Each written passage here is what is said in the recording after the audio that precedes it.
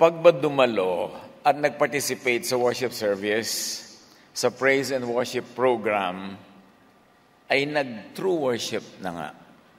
Yun na ba talaga yun? John 4:23, ang mga tunay na sumasamba sa Ama ay sasamba sa Kanya sa Espiritu at sa katotohanan, sapagkat ganyan ang uri ng pagsambang ninanais ng Ama. Sinabi yan ni Jesus sa babaeng Samaritana. True worshipers will worship the Father in spirit and in truth. The Father is looking for those who will worship Him that way. Ibig sabihin, hindi yun natatagpuan ng Ama, hindi yun nangyayari, kaya pinuna ni Jesus. Na sa kabila ng sobrang religiosity ng mga Samaritans, ng mga Jews, ng buong mundo, naghahanap ang Panginoon, ang Ama sa langit, ng true worship. Worship in spirit and truth. At yan ang ating tatangkaing pag-aralan. In spirit and truth, what could it really mean? Gabayan niyo po kami, Ama. Turuan, paliwanagan, nang sa gayon kami maakay tungo sa pagsambang espiritual ayon sa iyong kalooban na itinuro ng aming Panginoong Jesus. Kayo ang mangusap, kayo ang maging tagapagsalita, gabayan niyo po kami sa ngalan ng iyong anak na si Jesus. John 4:19-34, yung kinikilala nating kwento ng encounter of Jesus and the Samaritan woman at the well. Sinabi kay Jesus ng babae, Ginoo, palagay ko'y isa kang propeta. At nakarating ang babae yun sa conclusion matapos ang kanilang mahabang usapan. The woman opens up to Jesus' light. Sa simula ng kwento, medyo ethnocentric siya, medyo proud of her Samaritan heritage. Pero nung nakilala niya si Jesus ng mas malalim, sabi niya, palagay ko po'y isa kayong propeta. So, ibig sabihin lang noon, dahil propeta kayo, turuan niyo ako. I'm opening up my heart, teach me. Verse 20, sa pagpapatuloy ng babae, dito sa bundok na ito, meaning Mount Gerizim, na nasa Samaria, sumamba sa Diyos ang aming mga ninuno. Ngunit sinasabi niyo mga Hudyo na sa Jerusalem lamang dapat sambahin ng Diyos. So the woman raises a timeless issue, a contest between Samaria and Judah, between Mount Gerizim and Mount Zion in Jerusalem, between their temple in Samaria and the temple in Jerusalem. Na supposedly, iisang Diyos ang sinasamba, pero nagko-compete sila sa lugar pa lang at sa tamang venue. So in response, Jesus defines true worship. John 4, sinabi naman ni Jesus, maniwala ka sa akin, darating ang panahon na sasambahin ninyo ang tunay na Ama. Tunay na is in parenthesis, I supplied it. Ang tunay na Ama, hindi na sa bundok na ito o sa Jerusalem. Hindi ninyo kilala ang inyong sinasamba. At itong usapan na ito, i-discuss natin sa part 1 na ang pamagate, in spirit and truth, what it is not. At hindi na natin uulitin yan. Available naman on video ang message kanina. Magandang reviewin nyo para mapagdugtong nyo itong dalawang mensahe. Bagamat mag-excursion tayo ng konti sa na-discuss kanina, pero konti lang.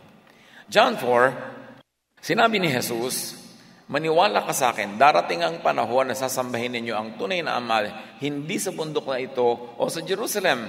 So this is a departure from tradition.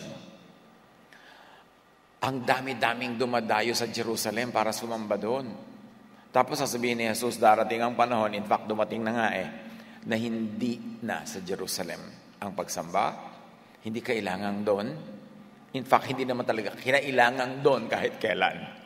At ganun din, hindi rin sa Mount Gerizim, hindi sa anumang bundok, sa anong lugar, sa anong bansa. Sabi niya, hindi yan ang pagsambang hinahanap ng Ama. At kanyang ang sinabi, ulitin natin, hindi nyo kilala ang inyong sinasamba.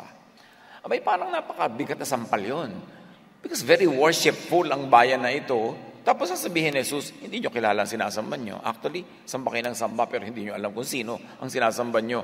Kung ano siya, hindi nyo kilala. This is a departure from the traditional object of worship na after all ay hindi naman pala nila kilala. Subalit dumarating na ang panahon at ngayon na nga, sabi ni Jesus, na mga tunay na sumasamba sa Ama ay sasamba sa Kanya sa Espiritu at sa katotohanan. Ibig sabihin sa ibang format, sa ibang form, sa ibang paraan, hindi gaya ng tradisyon.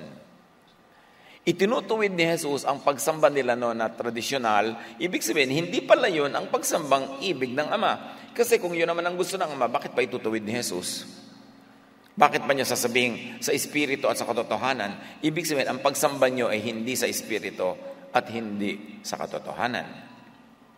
Sapagkat ganyan ang uri ng pagsambang hinanais ng Ama, sabi ni Jesus. But the time is coming, indeed it is here now, when true worshipers will worship the Father in spirit and in truth. So may true worshiper at merong untrue. Merong hindi tama na sumasamba, hindi tama ang pagsamba, at hindi tama kung sino ang sinasamba. The Father is looking for those who will worship Him that way. In other words, iba ang uri ng worship and worshiper na ibig at hanap ng tunay na Ama na dapat pang makilala ng totoo. In other words, yun ang sinabi ni Jesus sa babae. True worship is about worshiping the Father in spirit. Again, we discussed that in part 1 of this message. Sabi sa Numbers 23:19, God is not human, not a physical being. In other words, kung ang God is not human, wala siyang lupang katawan, hindi siya tao, hindi siya mukhang tao, hindi siya dapat itrato bilang tao dahil hindi siya tao.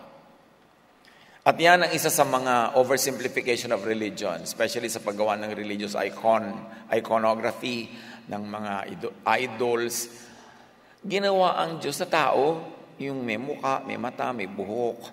Ginawa ang Diyos Ama na parang isang lolo na may puting buhok, na parang Santa Claus, bigay ng mga regalo, isang indulgent grandfather. At Diyos na whimsical, maraming mood, bigla nilang nagagalit, biglang naghihiganti, biglang namamalo. Ginanon ang presentation tungkol sa Diyos. Kaya sabi ni Jesus, you don't know who you are worshiping. Hindi tama ang pagkakilala nyo. In fact, hindi nyo man lang kilala. Because God is not human, therefore God is not seen, heard, touched, and joined in physical ways. Hindi physical ang paraan ng paglapit sa Diyos.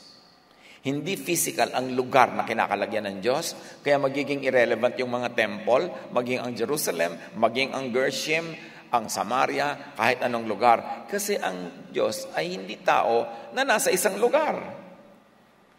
Hindi siya kailangang hanapin sa isang lugar at hindi siya nakukulong sa isang lugar.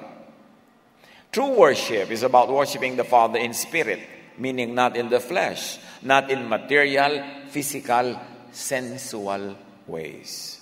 Not by physically, materially visible, audible, and tangible means. E di 99.99% ng mga pag-worship ay hindi pala in spirit. Kasi very physical, very sensual. Philippians 3:3, for we worship by the Spirit of God, we put no confidence in human effort. So even worship is not a product of human effort. True worship is about worshiping the Father, not by set and formal programs that need material tools like locations, temples, buildings, artifacts, and other props. Not informal programs that need human leaders and mediators. True worship is about worshiping the Father in truth, not in falsehood, not in half-truths, not in religious drama. Kaya marami, nagkaroon pala sila ng emotional tripping, they got their fix, their emotion, napaluha, napaindak, napatawa, napaiyak, akala nag-worship na. Kasi ganoon ang nakasanayan natin, a sensual encounter with an almost physical God who could be reached in physical ways, through sound, through music, through dance, through color. All of that could become good steps towards worshiping, if they could become stepping stones to get you to another dimension, to be able to really enter that sacred space of the divine, but all those programs and parts of those programs are not worship in themselves. They are not the end in themselves. True worship is about worshiping the true Father, the Most High, that Jesus said the Samaritans, and of course not even the Jews, really know. The time for true worship had come with Jesus and with that revelation of Jesus. Sadly, matapos magturo ang Panginoon, din na-develop ang religion, na-develop ang Christianity, na-develop ang kung ano-anong sekta, nag-backslide ang mga tao into the Jewish form of worship, into the Samaritan form of worship, na very location-centered, personality-centered, ritual-centered, materialistic kind of programs that people mistake for worship. The true Father seeks true spiritual worship. John 4:24, ang Diyos ay Espiritu, at ang mga sumasamba sa Kanya ay dapat siyang sambahin sa Espiritu at katotohanan. Paulit-ulitin natin ito for retention. For God is Spirit, so those who worship Him must worship in spirit and in truth. As we have said, God is not human, God is Spirit, therefore not physical, not material. Numbers 23:19, God is not human, God is not a human being. So, kung ang Diyos ay hindi tao, hindi physical, anong iisipin natin? Paano tayo lalapit? Alam natin exactly what God is not. Hindi human, hindi physical. And so we will attempt at defining God in non-human, non-material terms. Imagine, think of the divine as spirit. Madali sa atin yan kasi sanay na sanay tayo sa word the spirit. But spirit could be thought, wave, frequency, vibration, energy. Lahat yan, intangible. Hindi nakikita ng naked eye, hindi nahawakan ng bare hands, hindi physical. Kaya mas madaling makarelate sa divine in that kind of imagination and definition. 1 Corinthians 2:11-12, no one can know a person's thoughts except the person's own spirit. So you see here the thought and spirit being used interchangeably and interconnectedly. And no one can know God's thoughts except God's own spirit. For now, let's be happy with defining spirit with thought. But thought is vibration, is frequency, is wave. This is the focus of this discussion. At may warning ako, it could be technical, tedious, and ka-nosebleed. So ilabas nyo na yung mga kumot na inabel sa mga magna-nosebleed. Humanda kayo mag-nosebleed. Advice, huwag umiwas, huwag mapagod at magpalito agad-agad. Magtiyaga kayo makinig hanggang dulo. Mag-take notes, mag-homework, dahil ang madidinig natin ay dapat bigyan ng homework, more research para mas maintindihan. Dahil sasandali lang naman itong usapan natin eh. And promise, maraming bago matutuklasan, malalaman o mas mapag-iisipan. We will not have all the answers, but we will begin with good questions. Because good questions will lead you to truth. At ito ang ating comfort kahit nosebleed. Kung di man maunawa agad, at least mas magiging aware na may dapat pang mas malaman. You know, the beginning of knowledge is to know that you don't know. And then you work positively and try to know what you didn't know before, then you become more knowledgeable. Kaya, hindi man natin malaman ngayon lahat, mamulat lang tayo na marami pa lang dapat malaman. Sapat na yon para sa 40 minutes natin ngayon. At ito ang sit work or homework. Take note of what you will need to study on your own. Dahil ito'y pagbuklat lang ng kaldero, hindi pa tayo sasandok sa loob. So kailangan, sa pagbubuklat na yan, may plano na kayo kung paano sasandok at ano ang inyong sasandokin. Worship in Spirit and Truth 101. And even 101 is high ambition for people that had been steeped in tradition, na marinade sa tradisyonal na pagsamba na akala natin yun na. At tayo ay makikipag-flirt with quantum physics. At sabi ng quantum physics, consciousness creates and shapes reality. Pwede nating iparallel, God creates reality. Therefore, God is consciousness. Kasi consciousness can shape the physical world. So yung pag-iisip, yung consciousness can create physical reality. If consciousness is the basis of reality, and that it brings reality into existence, then a transcendent consciousness, and let's say God, is required to be the underlying cause of the universe, that God lies behind all that exists. God, as consciousness, is behind everything that exists. Hindi ito pagkontra sa Diyos. Parallel thinking in quantum physics. Because as we always say, science could be God's last prophet. Ang prophet kasi nagpapaliwanag ng kalooban at diwa ng may kapal. Pero sino pang higit lalong makapagpapaliwanag niyan in this day and age, kundi science. At hindi lang classical physics, kundi also quantum physics. Sa neuroscience, some studies suggest that consciousness originated in the universe and that our brains are separate from it. The brain serves like an antenna that receives this information. Ibig sabihin nito, kung ibig niyong yakapin, yung ating brain, hindi talaga yan nag-iisip. Yung brain ay receiver ng mga thoughts coming from the universe. Coming from God, if you like to say so. Kaya di ba, yung mga creative people, hindi naman sabi, uupo ako at mag-iisip ako ng magandang ideya. Hindi, kung minsan naliligo ka, tapos bigla na lang pumapasok yung ideya. Diba? Marami nagtatanong sa akin, Pastor, paano po kayo nag-iisip ng message? Uupo ba kayo? Isip kayo ng isip? No. Nagigising ako, nandun na sa isip ko. Kaya tatayo ako kahit madaling araw, isusulat ko dahil baka ako malimutan. Ang matataas na bagay ay ipinagkakaloob. Natatanggap ng isip na bukas. Hindi naiimbento ng isip. Parang radyo. Yung radyo nyo, kung walang broadcast, yung estasyon na papakinggan nyo, ano mang kalugang gawin nyo doon, walang lalabas na tunog. Kasi yung radyo, receiver.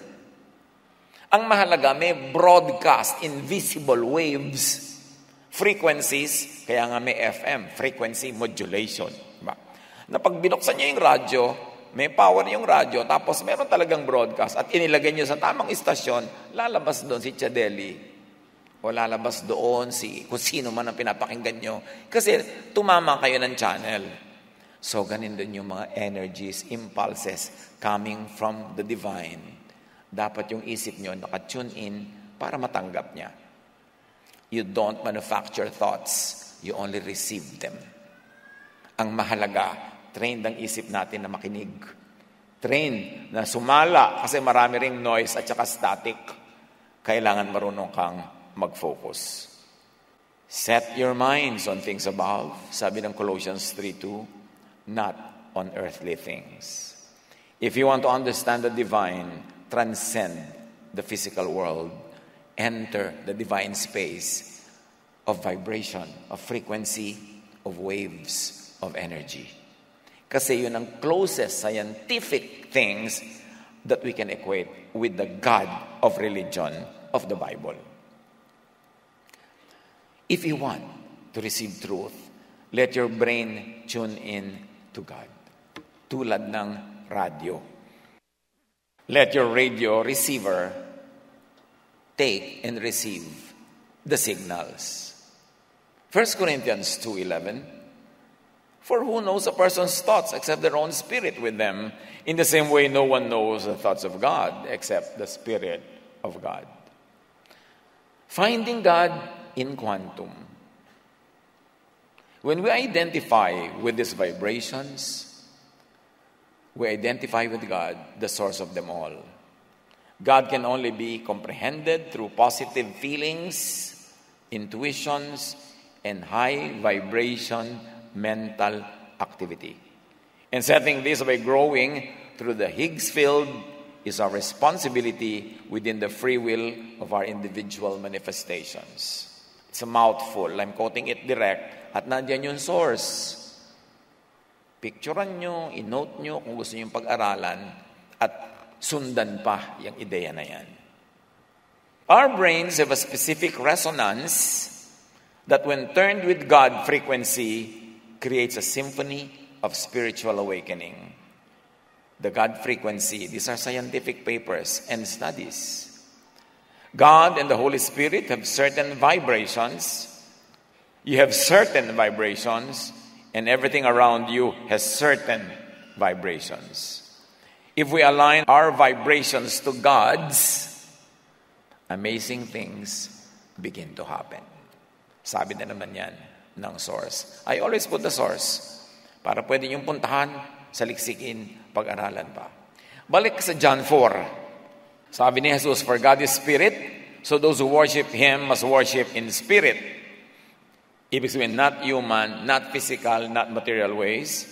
Worship in thought wave, in frequency, in vibration, and energy. Each of those words, mga kapatid, i-google nyo, i-word search nyo, at marami tayong makikita. So imagine, equate worship and prayer with quantum.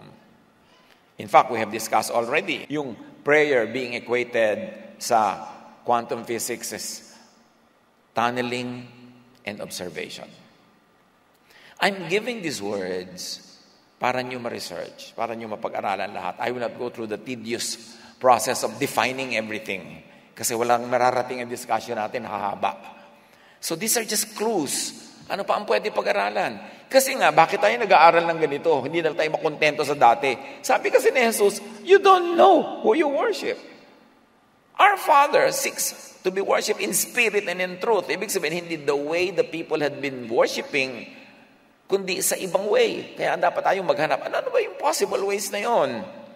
According to science, everything is connected. Energy is eternal, and consciousness is dynamic. What conclusion can be made from here? That prayer has real power. When done in spirit and in truth. Maraming prayer, mechanical lang, rote lang, memoryado lang, drama lang, at kumisan, performance pa. Hindi yun ang prayer na effective. The prayer that is done in spirit and in truth. One thing we have to realize, science tells us, is that you are quantum entangled with God. Meron talaga tayong connection with God. Ang creation ay may connection with the Creator. We are connected by an unseen field that can manifest the will of God through prayer. Prayer na hindi ikaw ang umiimbento, kundi prayer na ipinagpe-pray para sa'yo ng Holy Spirit. Sabi sa Romans 8:26-27, and the Holy Spirit helps us in our weakness. For example, we do not know what God wants us to pray for. But the Holy Spirit prays for us with groanings that cannot be expressed in words. And the Father who knows our hearts knows what the Spirit is saying, for the Spirit pleads for us believers in harmony with God's own will. Said another way, in other versions, we do not know how to pray as we ought, but the Spirit prays for us with intercedings that are too deep for human words. Mantakan nyo yun. Sabi nito, you don't know what to pray for. Hindi mo alam kung ano talaga ang gustong message na ibigay sa'yo ng Diyos. Hindi mo alam kung ano talaga ang gustong ibigay sa'yo ng Diyos. So, dahil hindi mo alam, yung Holy Spirit that is in you, prays in your behalf. At ang prayer ng Holy Spirit are groanings, mga hikbi, mga daing, mga tunog na hindi kayang sabihin ng salita ng tao. Napaka-spiritual. Yun ang prayer na Hindi ka pala nagpe-pray for yung Holy Spirit. Napaka-powerful. Napansin nyo na ba na ang dami-dami yung prayer, nakalista pa lang yung mga pinagpe-pray ganyan, tapos wala naman nangyayari, hindi naman nagaganap. Kasi ikaw lang pala yung may gusto, hindi naman yun ang gusto ng Diyos para sa'yo. So true prayer is prayer in accordance with God's will, not with your will. Kaya not my will, but yours. But how will you know God's will? Sabi nga nitong Romans, hindi mo alam. So dapat, dinadala mo yung sarili mo sa estado na pwedeng makiniig sa iyo ang Espiritu at in your behalf, yung Espiritu ng Diyos na ibinigay sa iyo at nananahan sa puso mo because you are the temple of the Holy Spirit, ang siyang manalangin para sa iyo. Mahiwaga. But it sounds sensible. Kasi yung prayer, ginawa na lang natin parang exercise. O, magpe-pray po tayo, 30 minutes tayo magpe-pray. Ito mga ipag-pray natin, ililista lahat. Di ba gano'n na nangyayari sa prayer? Hindi useless yung prayer na yon, pero hindi laging useful. Dapat dumating ka sa estado na pwede kang one with God in spirit, and it can happen only when you're alone. Mahirap mangyari yun pag ang dami nyo sama-sama, kapit-kapit kamay pa, tapos humuhulas na yung kamay nitong katabi, pawis-pawis naman ang kamay niya, pasamado yata ito, kung saan na nagpupunta yung iniisip mo tuloy. Diba? So, sabi ni Jesus, when you pray, go to your room, close the door, makipagsarilinan ka sa Ama, kasi doon ka lumaangat yung espiritu na walang abala. Hindi nagiging performance, hindi ka nakikisama, hindi ka nagpapa-impress. Ikaw na ikaw. Pwede talagang mamagitan ng Espiritu. Bagamat may use at may fruit ang group prayer, pero huwag mong ine-neglect ang personal prayer. Kasi only when you are alone with God can your spirit ascend to a higher level of consciousness. Importante yon. The observer relationship with an object derived from quantum physics was once a useful way to explain how subjective love and prayer could reach the object of prayer that has a need. Naranasan niyo na ba yung, bakit may dumating biglang papaya? Gustong-gusto mo ng papaya? Yung pala, ipinagpe-pray ka ng nanay mo na nasa malayong probinsya, ipinagpe-pray niyang sana magkaroon ka ng papaya. Yung kailangan mo ng pera, biglang ito may kakatok, may dala sa yung pera. Kasi pala sabi niya, alam mo, ipinag-pray kita eh. Nung tayo nagpapagawa ng building natin sa Makati, kailangan magbayad. Sabado, bayaran. Ang laki-laki ng babayaran. Wala tayong pambayad. May tumawag sa akin. Sabi niya, Pastor, I have been dreaming of you for 3 days. Meron ka bang need? So kung meron, 4 million. Sabi niya, I'll send the check. Wala na maraming usapan. Kasi namagitan na yung Espiritu. Pag 4 million, palakpakan kayo agad. Paano pa kung 10? Totoo yun. Meron tayong ganong kinalaman sa isa't isa. Di ba merong mga nanay, yung anak niya sundalo, nabaril sa field.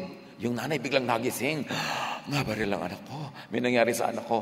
Kasi meron tayong ganong spiritual connection. Lalo sa mga mahal natin at nagmamahal sa atin. Mahal tayo ng Diyos. Di may connection. Alam ng Diyos yung ating kalagayan na nangyayari sa atin. Ang kailangan lang i-open natin yung sarili natin para madinig natin yung guidance niya. Huwag tayong makialam. At gawin natin talagang spiritual yung approach. Kaya mayroong mental telepathy na tinatawag nila na minamasama ng mga conservative religious people.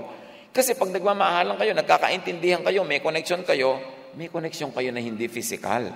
Kasi tayo naman ay hindi physical eh. We have the Spirit of God in us. Trapped in this body. Itong body ang limitasyon. Kaya at death nga, at death, your spirit gets liberated from your body. Hindi ka dapat malungkot. Kasi lumaya ang espiritu sa pagkakakulong sa katawan na ito. Pero siyempre, yung iba naman sa atin, gustong-gusto pa rin makulong. Saka na muna ang kalayaan. Kahit pasabihin mong, to live is Christ, to die is gain. Gusto mo nang saka na yung die is gain. Live is Christ muna tayo. Human nature yon. Pero pag nangyari na talaga, huwag niyong masyado ikalungkot yung kamatayan. Kalayaan niya ng espiritu to unite with the Lord. At death, the body returns to the ground it came from, and the spirit returns to God who gave it. Kaya yung mga drama ng libing na inililibing yung taol, inilulubog sa lupa, ipinapasok sa nicho, lungkot na lungkot ka. Kasi iniisip mo, yung mahal sa buhay mo ang nilalagay doon. No, yun lang katawan na ginamit na niya, tapos na ang paggamit, ang nalalagay doon. Yung espiritu niya pumupunta sa Diyos. So huwag kang masyado magpadala sa mga ganyang mga lungkot. Understand the divine more through quantum physics. Kasi nandun lahat. Now, the observer effect is about subtly affecting what you observe on a quantum level. Prayer that has holiness takes the observer effect to a higher level. Did you know that quantum actually agrees with the concept of prayer? Pero dapat yung prayer na pure, yung prayer na spiritual. The observer effect of prayer is a form of observing from God's perspective on a situation. Tulad na sinabi natin Romans 8:26 to 27, you don't know how to pray, but from God's perspective, alam niya kung anong gusto mo talaga, ano ang kailangan mo. So, nagkakaroon ng connection with our spirit. Again, kung nosebleed dyan, isulat mo lang, pag-aralan mo uli. Mauunawa mo rin yan, mga 20 years from now. Kailangan lang pagtiyagaan. Now, prayer in spirit can be quantum, because some prayers have a quantum level of consciousness. The intention of prayer determines its quantum effect. Yan ang sinasabi ng quantum physics, ha? So, spiritually, ibig mo lang sabihin, kung pure ang iyong heart, kung loving ang iyong intention, your prayer is powerful. Kaya sinabi, the prayer of a righteous man is powerful and effective. Yung righteousness doon, hindi yung moral uprightness according to the law, kundi yung loving. Kasi yun ang loving kay Jesus. Yun ang righteousness kay Jesus, yung mapagmahal. The intention of quantum prayer determines his decision to emit particles or waves. So may prayer na may na-emit na particles and waves that enter the particle and waves of God. At meron naman wala, tatalbog-talbog lang, patalbog-talbog, patalsik-talsik lang. Kasi hindi naman sincere yung prayer. O kaya, pangit ang intention ng prayer. So hindi yun papasok sa quantum space. To worship means to be in sync, to be one with, to vibrate in the same frequency as the universal consciousness which we read as God. Sa physics, mayroong idea of resonance. Resonance is the extraordinary phenomenon where an object vibrates at the same natural frequency as another. Yung parang sinasabi nating, magkapareho ng tibok ang ating dibdib. Magkaisang loob tayo.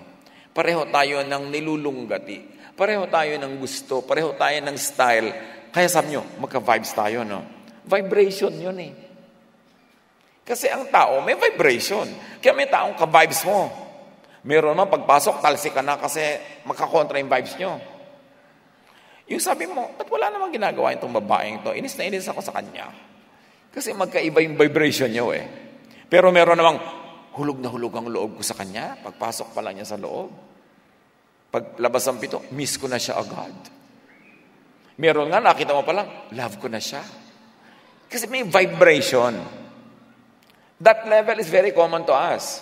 But take it to another level of frequency, of waves. Kasi magkakamag-anak lang naman yan. John 14:20, you will know that I am in my Father, and you are in me, and I am in you. Can you imagine sinabi ni Jesus sa John 14:20? Sabi niya, you will know that I am in my Father, and I am in you, and you are in me. Which means, you are also in the Father.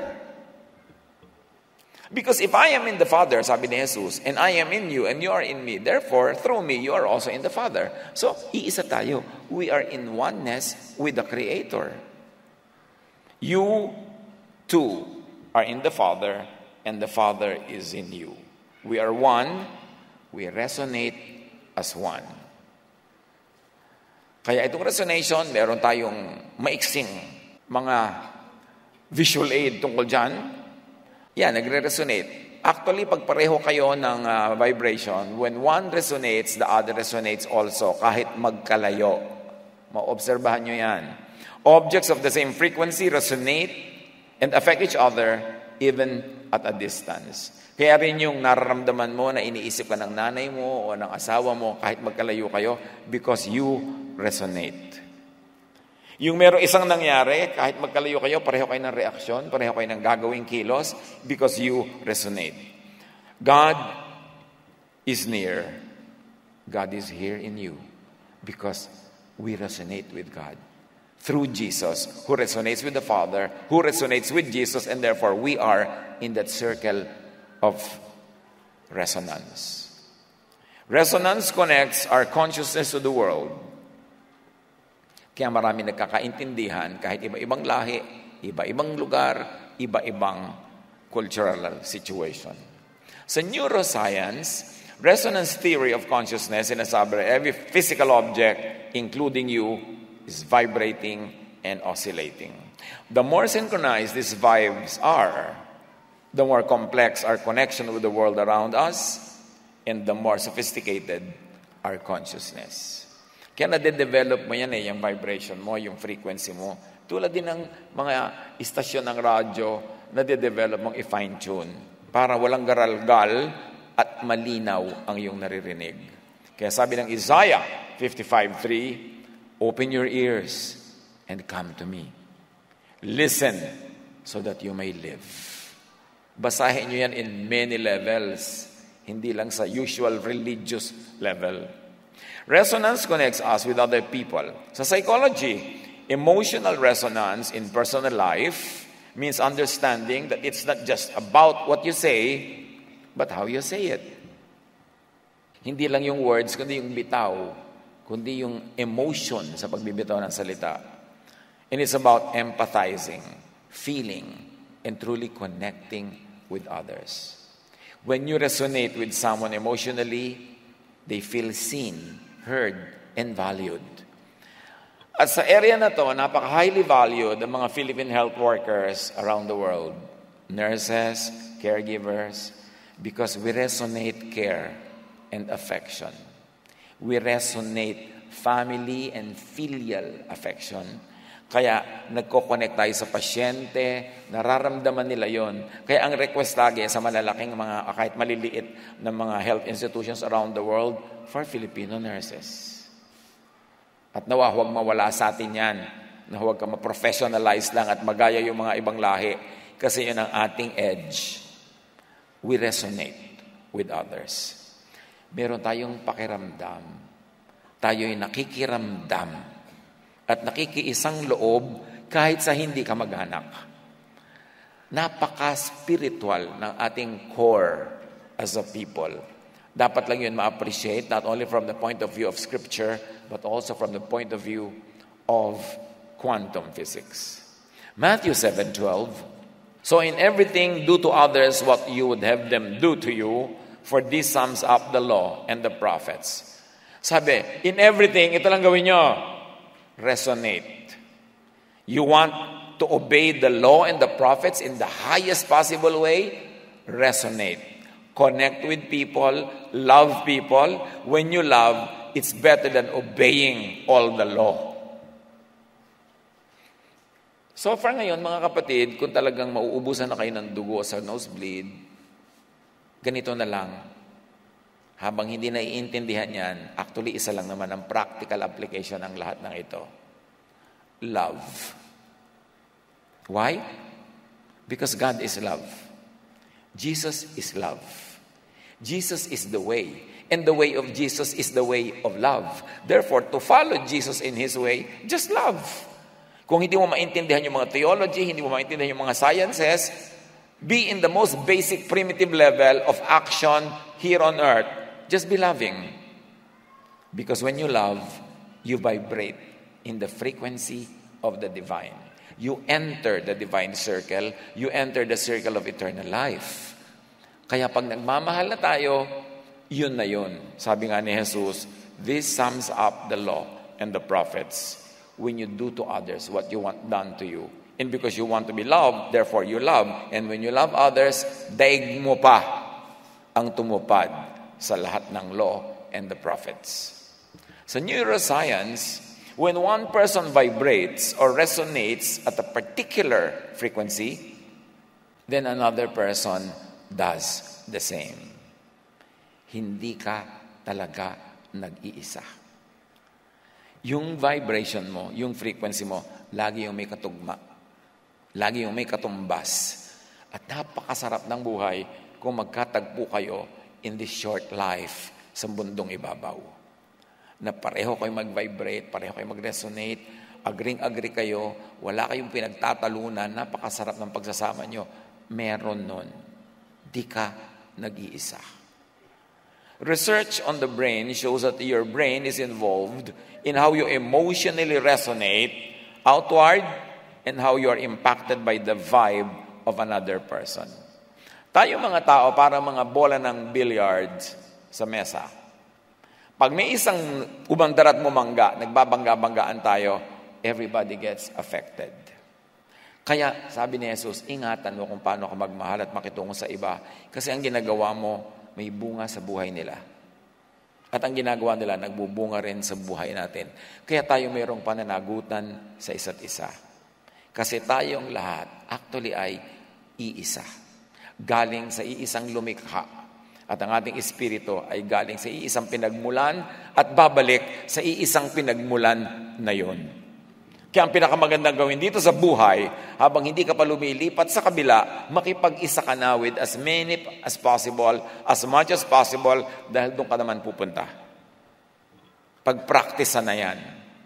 Specialized cells called mirror neurons become activated not just when we act, but when we see another person acting the same way as we. So pag may ginagawa tayo, nakikita natin ginagawa din niya, yung ginagawa natin, nagkakaroon tayo ng resonance. Kaya mahalaga na ipinapakita mo sa kapwa na yung ginagawa mo is something na worth kopyahin, worth na gawin, para ang pagkukopyahan at interaction ng isa't isa ay tungo sa pagmamahalan, sa kapayapaan, at tungo sa God's way. Amos 3:3. Do two people ever walk together without meeting first? Can two people walk together without agreeing? So ang mahalaga is to find a common point, a commonality to agree. Para you can walk together.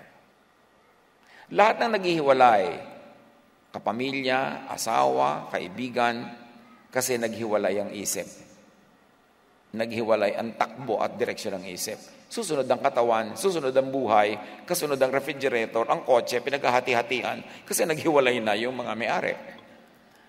So, imbes na lagi mong isikaping manalo, ang isikapin mo, how can you find a common ground where both of you will win and nobody will lose? That is the way of Jesus. 1 Corinthians 1:10, I appeal to you, brothers and sisters, in the name of our Lord Jesus Christ, that all of you agree with one another in what you say, and that there be no divisions among you, so that you may be perfectly united in mind and thought. Kailan magaganap ang kalooban ng Diyos sa isang tao, sa isang magpartner, sa isang pamilya, sa isang lipunan, sa isang bansa, sa buong mundo? Kailan? When there is unity. Pag nagkakasundo, nagkakaisa, doon nagbabibrate ang mga participants in the vibration of the divine at doon natatanggap yung mga messages ng iyong radio unit. Kaya mahalaga, mag-asawa kayo, magkasundo kayo. Para matanggap niyo yung mga pagpapala na nakalaan para sa mag-asawa. Magulang at anak, magkasundo kayo. Lipunan, magkasundo kayo. And the work of the devil is to deceive people, to become proud, to become selfish, para mag-away-away, magkanya-kanya, at hindi maganap ang kalooban ng Diyos. Kasi para maganap ang kalooban ng Diyos, dapat may kapayapaan, merong pagmamahalan, merong pagkakaisa. At yun ang ayaw na ayaw ng enemy na mangyari, kaya lagi niya tayong pinag-aaway-away, pinagkakagagalit sa kung ano-anong maliliit at malalaking mga dahilan. Kahit sa tao, marami ang iyong magagawa at mararating kung buo ang loob. Alam niyo yung mga salitang yan, ay, nasiraan ako ng loob, so hindi na ako nagpatuloy. Nahati ang loob. May partner ka, may asawa ka, Nag-commit kayong magsasama buong buhay, pero nahahati ang loob mo. Dahil may humahati, may nakikihati. Kalaban yan ng buhay ninyong mapayapa. Dapat huwag mong payagang mahati ka. Kahit ang humahati sa iyo ibang tao, o pride, o ugali, o ano man yon. Kailangan willing tayong isuko yon at the altar of unity, especially sa family, sa mag-asawa, sa magkaibigan, and even sa mga kumpanya. Kasi a corporation can move forward only when all the components are united under one vision, one goal, one objective. Lahat yan, merong social dimension, may spiritual dimension, at may quantum dimension. Kaya sabi ng James 1:6-7, but when you ask Him, be sure that your faith is in God alone. Ibig sabihin, resonate with God and with God's will. Do not waver, for a person with divided loyalty is unsettled as the wave of the sea that is blown and tossed by the wind. Such people should not expect to receive anything from the Lord. Kahit sa pagdarasal, manalig ka sa ipinagdarasal mo. Kasi kung hati ang loob mo, huwag kang umasa na papakinggan ka ng langit. In other words, huwag kang umasa na magba-vibrate ka in quantum levels so that you could be in the same frequency as the divine. Wala, masasayang lang ang prayer mo. Kailan una, nananalig ka. Kasi pag nananalig ka, sabi ni Jesus, tell this mountain to jump into the sea and it will. In other words, your faith can change physical reality. Kaya nga yung mga ginagamot, yung sinasabi nilang placebo effect, may mga pasyente, yung isang group, papainumin ng tunay na gamot. Yung isang group, paiinumin ng hindi naman talaga gamot, pero pinapaniwala silang gamot yon, gumagaling din sila. Kasi naniniwala. Diba, kung minsan yung si Lola pupunta sa doktor, 3 araw ng masama ang katawan, nagbibihis pa lang, gumagaling na eh. Kasi believe doon sa doktor. Meron naman, dinala sa doktor, lalo humina. Sabi yung doktor naman, ito mukhang bangkay. Parang nasisiraan ako ng loob, nahahati ang loob ko. So mahalaga, naniniwala ka. Ano man yun, para may mangyari. Magkukwantum ka nun sa Bible, magiging spiritual ka. Ganun din yung pareho lang. Physics. Resonance is a property of nature and can be observed everywhere. Resonance in action. Tingnan natin itong video na ito. Resonance.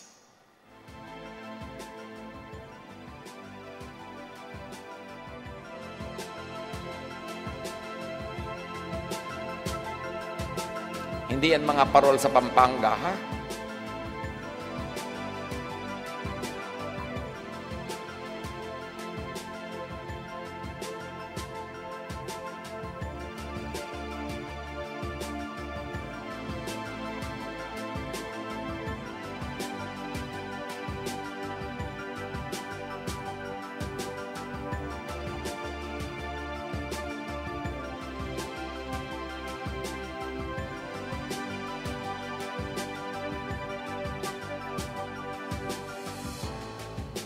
Mas magandang pag-aralan yan on your own. Nandiyan yung references natin. Take note. Pero titignan nyo na ang mga bagay-bagay, may connection, may resonance. What happens here, happens there. At sa Bible, sinasabi, as above, so below. Yung kung ano ang nasa langit, siyang nasa lupa. Lahat yan are talking about the same things. So back to John 4. Sabi ni Jesus, for God is spirit, and those who worship must worship in truth. Resonance influences our thoughts and actions. Sa psychology, thoughts in and of themselves have no power. It's only when we actively invest our attention into them that they begin to seem real. And when we engage with specific thoughts, we begin to feel the emotions that were triggered by these thoughts. We enter a new emotional state, which then influences how we act. Napaka-organized ng pangyayari pagka tinitingnan natin isa-isa, step by step. But again, look at the reference and study it. Sabi sa Proverbs 4:23, above all else, guard your heart, for everything you do flows from it. Sa heart, sa mind, sa thought, nagmumula at nagwawakas ang lahat. Kaya doon mo binabantayan sa thought level. Because your thought, kakalad ka rin yan ang katawan mo kung anong naisip niya. Siya ang nagtutupad, kaya bantayan. John 4:25-30, the woman said, I know the Messiah is coming, the one who is called Christ. When he comes, he will explain everything to us. And Jesus told her, I am the one speaking to you. Sabi ng babae, darating naman talaga magtuturo, yung ililigtas kami, ganyan-ganyan. Sabi niya, Jesus, ako na yun. Dumating na. So makinig ka. Nag-usap sila, marami sila na pag-usapan. Iniwan ng babae ang kanyang banga, bumalik sa bayan at sinabi sa mga taga roon, hali kayo, tingnan ninyo ang taong nagsabi sa akin ng lahat ng ginawa ko. Siya na kaya ang Kristo? Kaya't lumabas ng bayan ng mga tao at nagpunta kay Jesus. So here, Jesus does the work of teaching about true worship. Huwag niyo kakalimutan, yun ang topic, true worship. To worship in spirit and truth. And he corrected many false forms of worship. Ang pagtuturo ni Jesus ay pagtutuwid. In other words, sinuwid niya yung mga likong paraan ng paniniwala at practice ng pag-worship. Mark 7:6-7, on the ground, on the practical ground, sa pagtutuwid ng maling worship, sabi ni Jesus, you hypocrites, Isaiah was right when he prophesied about you, for he wrote, these people honor me with their lips, but their hearts are far from me. Their worship is a farce, for they teach man-made ideas as commands from God. Sabi ni Jesus, kinukot pa niya si Isaiah. Nagagalit ang Ama sa Langit. Sabi niya, hindi naman kayo talaga nagwa-worship. Nasa nguso niya lang yung worship niyo. Hindi totoo. Sabi gano'n. Tapos ang dami-dami niyo itinuturo na hindi naman galing sa Diyos, iniimbento niyo, tapos sinasabi niyo, sabi ng Diyos, para lang magkaroon kayo ng kapangyarihan to implement it. Kaya mga kapatid, reviewin niyo. Baka marami kayong kaligayahang hindi niyo itinutuloy. Marami kayong sayang hindi niyo ginagawa. Baka may pag-ibig pa kayong hindi niyo sinusundan dahil akala niyo pinabawalan kayo ng Diyos. Ang daming pagkukulong, pagtatali, pagpigil ang religion na sinasabi nila, Diyos ang may sabi, pero hindi. Religious leaders lang, and they put it in the mouth of God so that it will have the authority for implementation.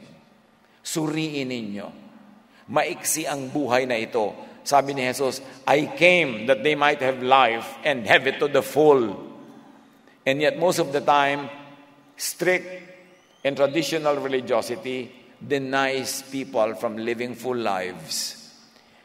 They consign people to lifelong sacrifice, pagtitiis, pagtitimpi, pagpipigil sa sarili, at inaakala nila yun ay ikinalulugod ng Diyos. Ang dami niyan. Tingnan nyo. And don't be a casualty.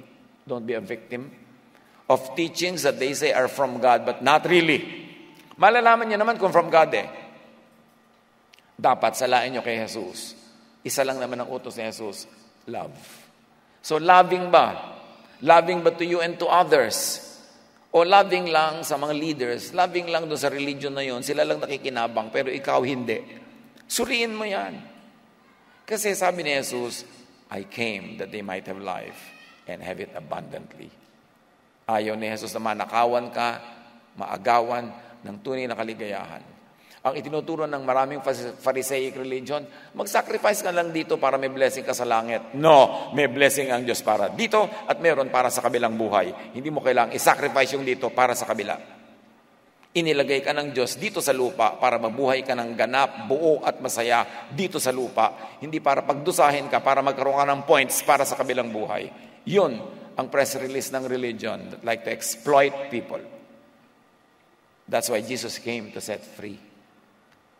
And one of the signs that you are worshiping in spirit and in truth is that you are free. You feel free and you live free. Free from fear.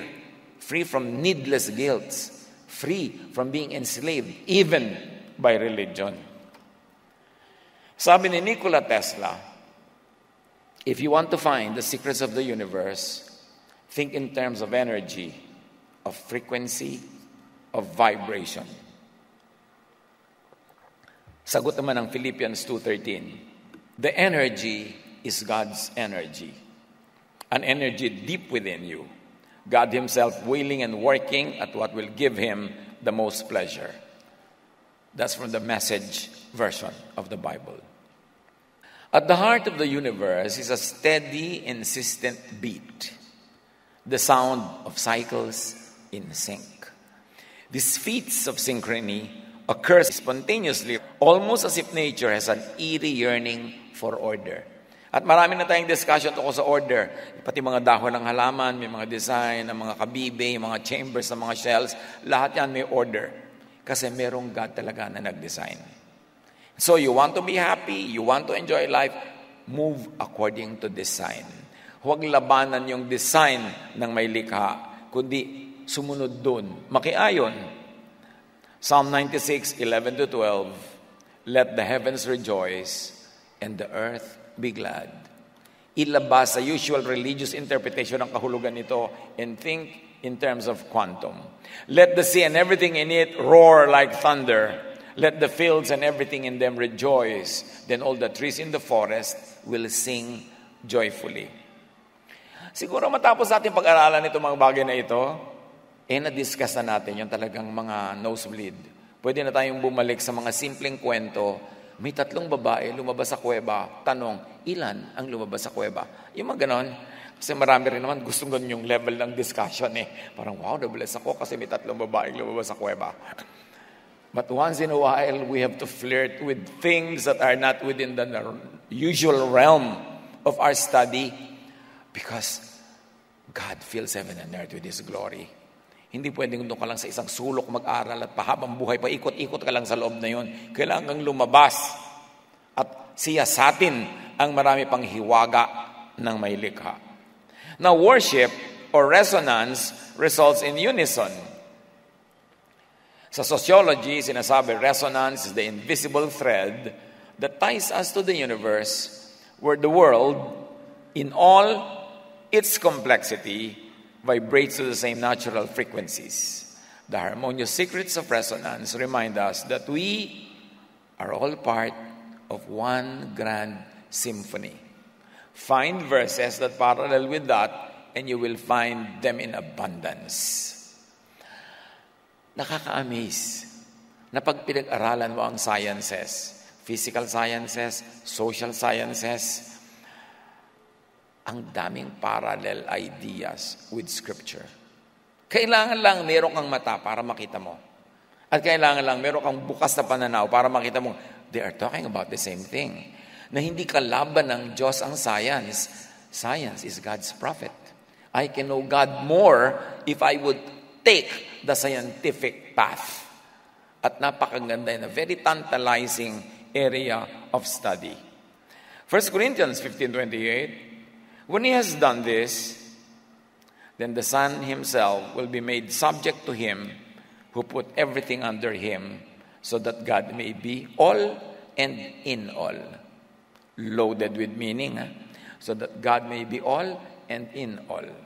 And when you look at science, you're talking about waves. You're talking about frequencies. You're talking about the basic components of creation. Now, yung quantum entanglement, when 2 or more particles link up in a certain way, no matter how far apart they are in space, their states remain linked. Yan ang sinasabi natin kanina pa, na kahit magkalayo kayo ng mahal mo, iisa ang tibok ng inyong dibdib, pareho kayo ng nadarama, and you're able to even support each other in prayer kahit walang communication. Affecting one of the particles instantly affects the other. One event will impact another even if these are far apart. At ito yung video ang sinasabi natin quantum entanglement. Imagine niyo siya. Magkakabit sila dahil quantum entangled, pero kahit sila'y maglayo, meron pa rin silang connection. Yan ang connection ng mga magulang at anak, mga connection ng nagmamahalan, at yan ang connection natin sa Diyos. We are never far from God, and God is never far from us. It's a lie. Yung mga nasabi, parang layo-layo po sa akin ng Diyos. Paano mangyayari yun? You are quantum entangled. You are one. You are in the same circle. You are in Jesus. Jesus is in God. God is in Jesus. Therefore, you are in God. Simple yan. Operationalize it. Palakasin mo yung loob, linawin mo yan, and work on it. Mark 7:29-30, then he told her, for such a reply, you may go. The demon has left your daughter. She went home and found her child lying on the bed and the demon gone. Ito yung ina na lumapit kay Jesus, inilalapit niya yung anak niya na pinapahirapan ng masamang espiritu. Kahit ang layo-layo ng bata, sabi ni Jesus, ang ganda ng sagot mo. I mean, it's really spiritual, it's really truthful, it's so powerful. Umuwi ka na, gumaling na yung anak mo. Pag-uwi niya, galing na nga. Quantum entanglement yun. And the entanglement was between Jesus and the child, which emanated from an entanglement between the mother and the child. But the mother also got entangled with Jesus, so the child got entangled with Jesus through the mother, kaya gumaling siya kahit wala siya doon sa lugar na yon. At ganon din ang relationship natin sa God, our Father in heaven. We're entangled to God, our Creator, through Jesus. Kasi entangled tayo sa Kanya. Matthew 8:13, then Jesus said to the centurion, go, let it be done just as you believed it would. And his servant was healed at that moment. Ito yung officer na pupunta kay Jesus, gusto niyang mapagaling yung kanyang tauhan na nasa bahay niya. Sabi ni Jesus, grabe ang faith mo. You are doing this in truth, in spirit. Totoo pure, powerful. Umuwi ka, galing na yung tauhan mo. At pag uwi niya, galing na nga. What about healing and limbic resonance? Limbic resonance is the idea that the capacity for sharing deep emotional states arises from the limbic system of the brain. So merong parts sa brain natin na responsible for such kind of powerful spiritual connections. Dapat yun ma-identify at dapat yun ma-develop. It refers to the capacity for empathy and non-verbal connection that is present in mammals. And that forms the basis of our social connections as well as the foundation for various modes of therapy and healing.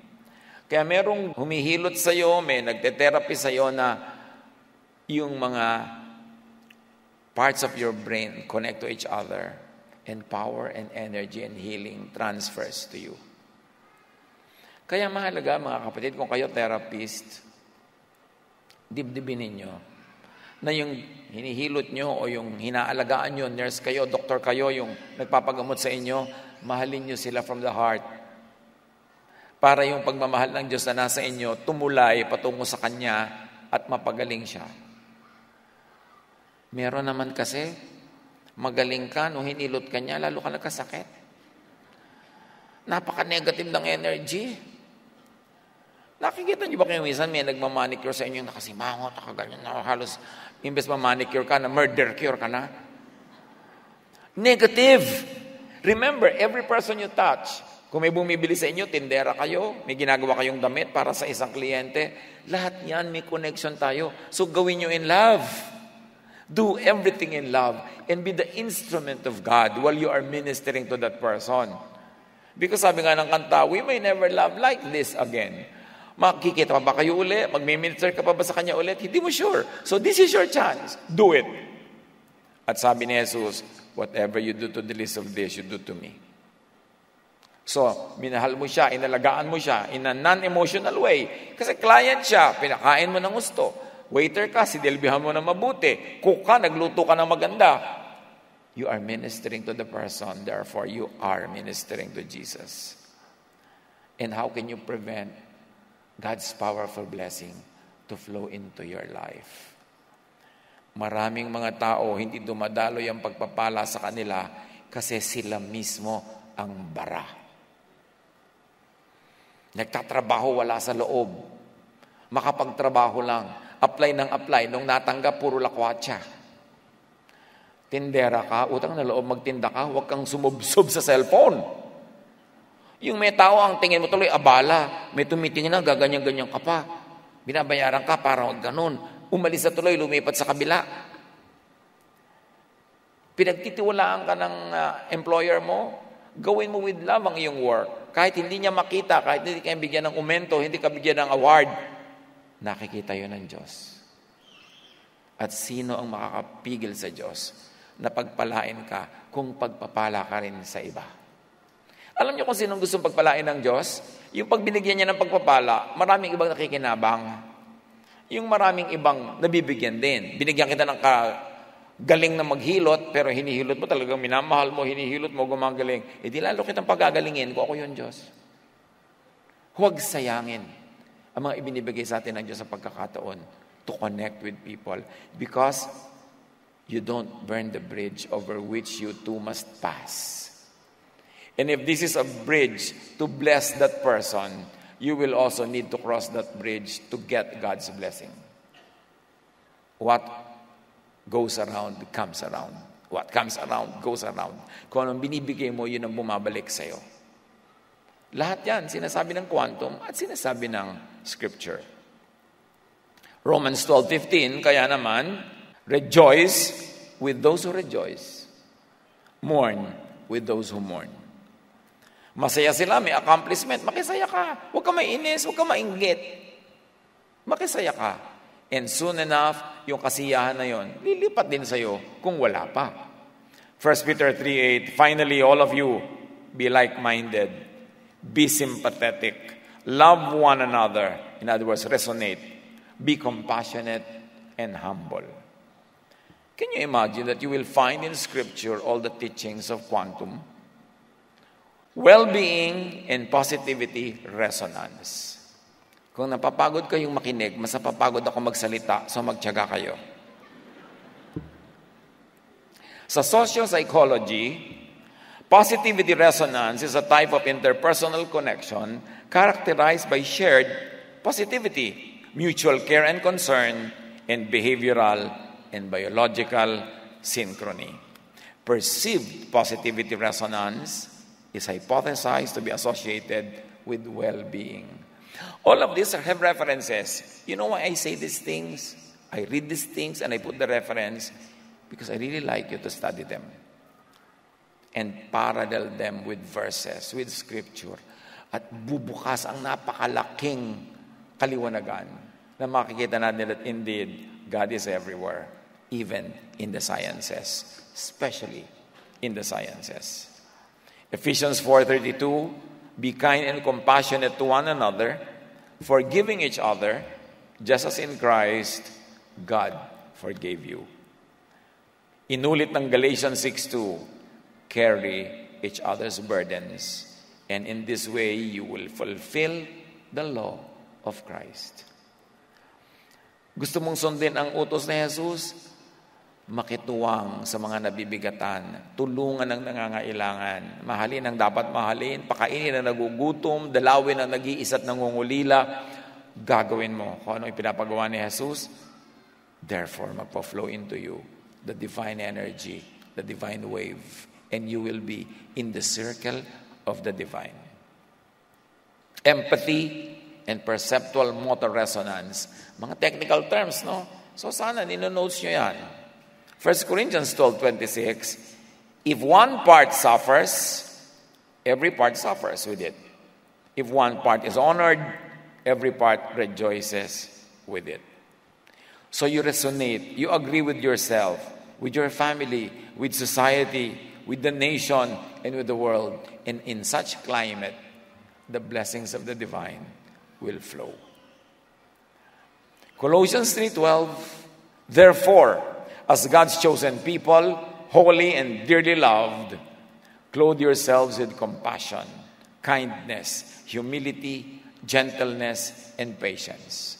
Matagal lang itinuturo sa atin yan, but when you look at it from the quantum point of view, from the point of view of all of this scientific formula that we're talking about, then we will have more compulsion and deeper reasons to obey what the Scriptures tell us. Kasi even the sciences say the same. John 11:33-35. When Jesus saw her weeping, and the Jews had come along with her also weeping, he was deeply moved in spirit and troubled. Jesus wept. Resonance.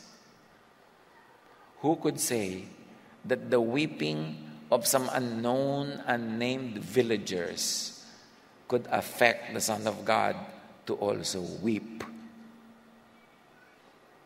Anong lesson yan, mga kapatid? Our emotions, our feelings also affect the emotions of feelings of Jesus. Make sure that you touch Jesus in a beautiful, loving, emotional way. That you touch Him to even be more loving and more kind, although He's already supreme.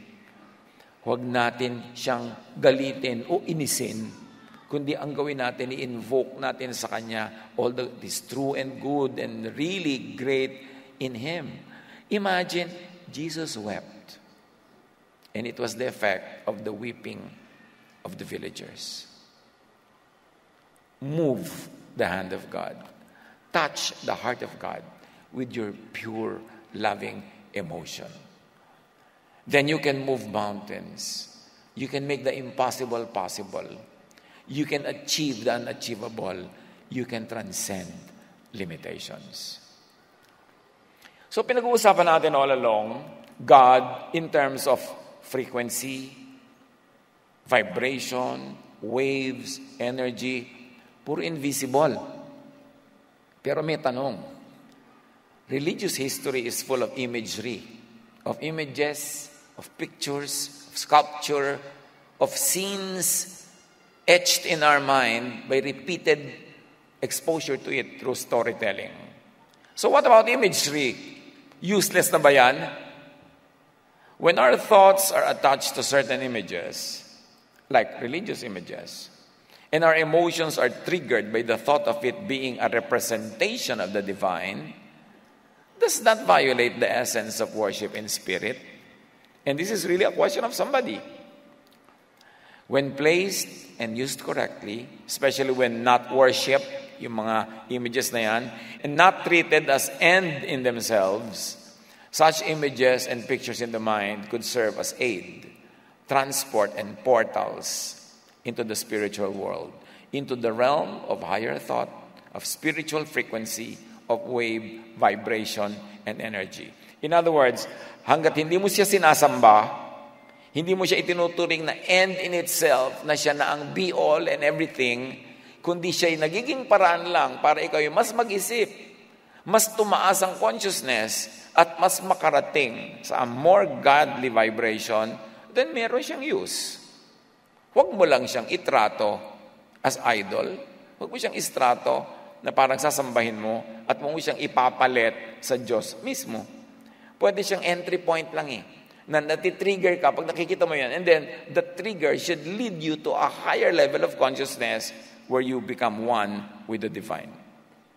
Acts 17:23-25, Paul stood in the middle of the court and said, "Men of Athens, I see that you're very religious.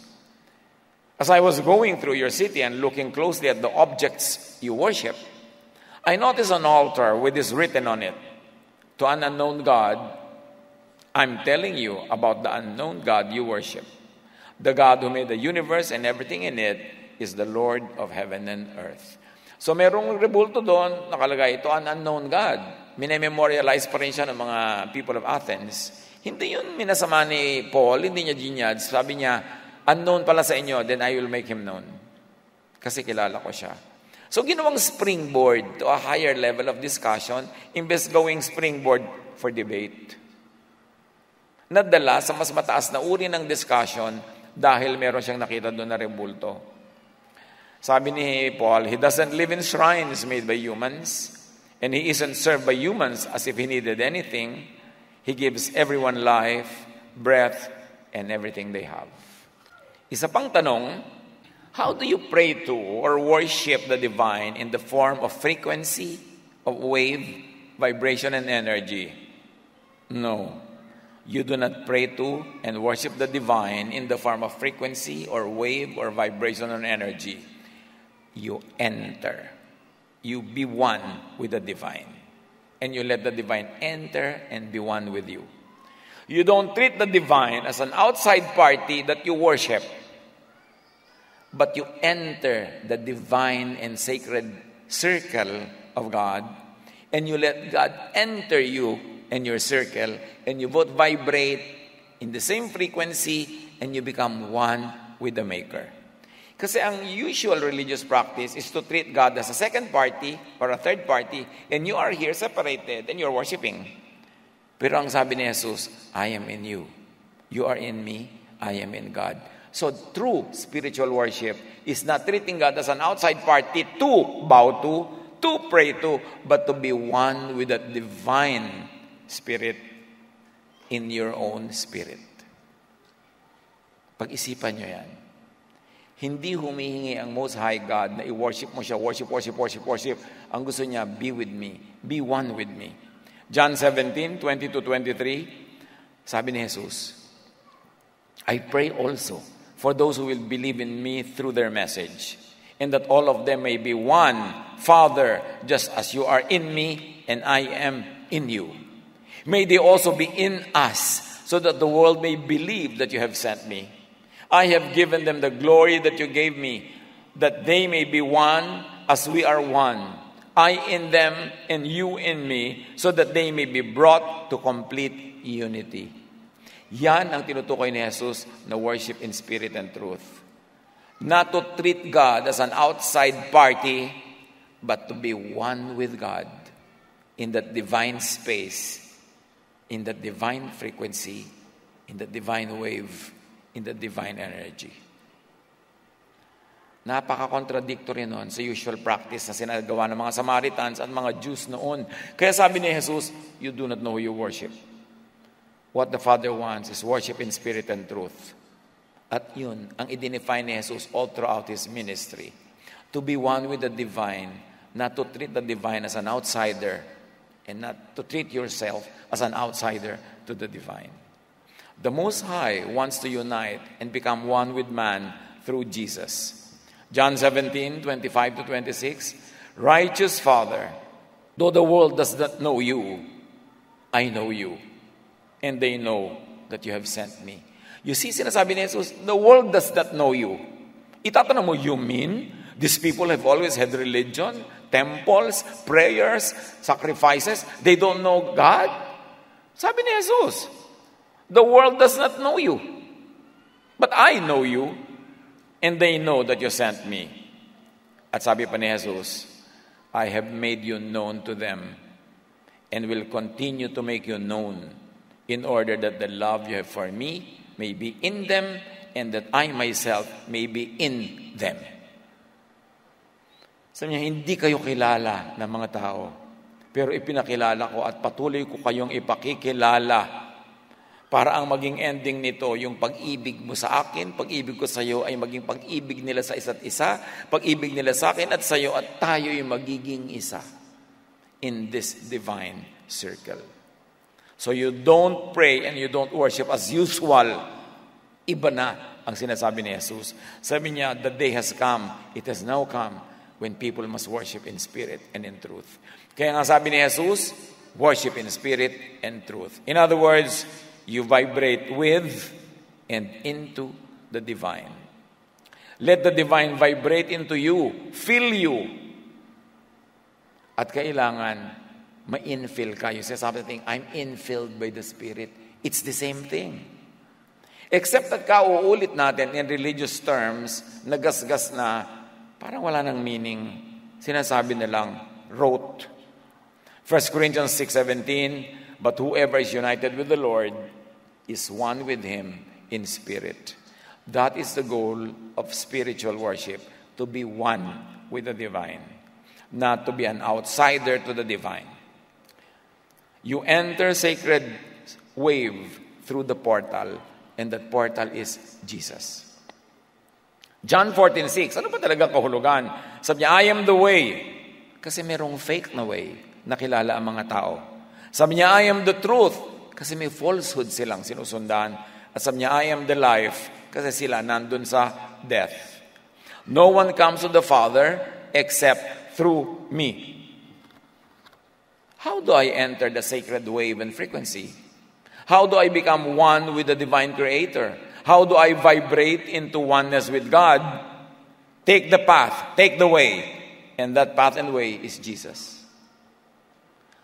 Huwag mo nang i-complicate. Ano lang yan, oversimplification lang yan ng drawing. Hindi naman talaga ganyan dapat. Pero para may maisip-isip lang tayo. Okay? Sabi mo, paano ko gagawin lahat yan? Huwag ka na maghirap, kaiisip. Sumunod ka na lang kay Jesus. Kasi siya yung way eh. And enter the door. And that door is Jesus pa rin. The door into eternity. The door into the divine space. Si Jesus pa rin yun. Now, take note. And this is the heart of everything. Kalimutan nyo na lahat yung diniscuss natin kanina. Ito na lang ang tandaan nyo kung ibig nyo. God is love. Right? Jesus is love. So enter the God space and God frequency through Jesus. Through the way of Jesus, in other words, through the way of love. Pag napaka-complicated, hindi maintindihan, o kahit naiintindihan pa nga, ang simplification is this only. Take the way of Jesus, because Jesus is the way. And the way of Jesus is the way of love. So when you love, ginawa mo na lahat yung pinag-uusapan natin. Binusisi lang natin, binutingting. In religious terms, in scientific terms, but above that, love. Sabi sa Ephesians 5:2, walk in the way of love, just as Christ loved us. Yun na. Kaya sabi ni Jesus, John 13:34-35, a new command I give you, love one another, as I have loved you. So you must love one another. You want to enter heaven, you want to enter that heavenly sphere, the door is Jesus, and the door is love. By this, sabi ni Jesus, everyone will know that you are my disciples if you love one another. Hindi niya sinabi, everyone will know that you are my disciples if you baptize this way, or if you sing this way, or if this is the Bible version that you read, or if this is the clothes that you wear. Sabi niya, everyone will know that you are my disciples if you love one another. Love is the distinctive. It is the mark. It is the proof that you are in the God circle. Kaya nga sabi, what if I cannot yet understand the high and higher love frequency as my spirituality is still in ordinary or low frequency? Paano ko ba mararating yan? What if I am not that spiritual yet to understand and operational the God, Jesus, love frequency? Paano kung masyadong complex sa akin yan, masyadong nosebleed? Love na lang. Love in practical ways. Be loving. Yun na rin yun. Ibang phase, ibang level lang nga, but it's in the same realm. 1 John 4:11-12. Dear friends, since God so loved us, we also ought to love one another. No one has ever seen God, but if we love one another, God lives in us and His love is made complete in us. Love is high religion. Sabi ko, hindi nyo nakikita ang Diyos. Pero kung nagmamahalan kayo, nakikita na nasa inyo ang Diyos. Nananahan sa inyo ang Diyos. Kaya may eternal life kayo. Paano kayo mamamatay? Dadalhin nyo ang God who is already in you? Dadalhin nyo sa death? No. When your body dies, it is the God in you that will bring you to eternal life. And the way to that life is not kung ano-anong theology, not religious membership, but love. Kaya, love na lang. Huwag na kayong magpagulo lang kung ano-ano mga theology dyan. Love na lang. So, kalimutan niyo lahat ang sinabi ko kanina. 1 Corinthians 13:13, and now, these three remain, faith, hope, and love. But the greatest of this is love. Mga kapatid, love na lang.